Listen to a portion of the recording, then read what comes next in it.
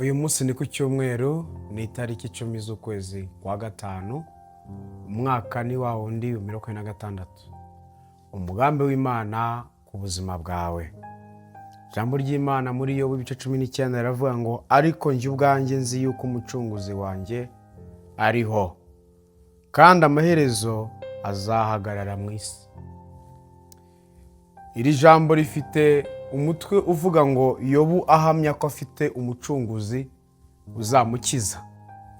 Reka dukuremo Yobu kuko we yaritahiye, ahubwo tuvuge ngo Pastor Eric cyangwa se wowe ukurikiye runaka uhamirize ko ufite umucunguzi uje kugukiza.